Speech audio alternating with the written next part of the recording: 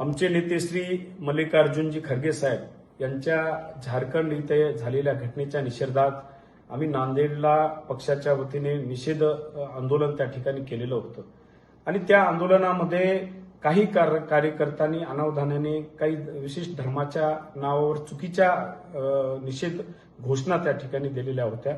त्याचं समर्थन अजिबात मी करत नाहीये, पण काही विशिष्ट घोषणामुळे काही जणांच्या जर भावना दुखवल्या असतील तर निश्चितच पक्षाचा प्रमुख म्हणून मी सर्वप्रथम जाहीर माफी मागतो।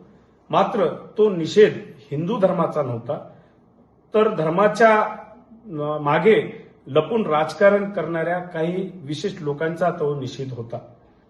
माझे आजोबा कैलासवासी बळवंतरावजी चव्हाण असतील, स्वर्गीय दिवंगत खासदार वसंतरावजी चव्हाण साहेब असतील, यांनी घालून दिलेल्या सर्व धर्म स्वभाव या नीतीवरच आम्ही या ठिकाणी राजकारण करत आहोत आणि अनेक वर्ष आम्ही वारकरी संप्रदायाचे अनेक मोठे मोठे मेळावे या ठिकाणी घेत आहोत।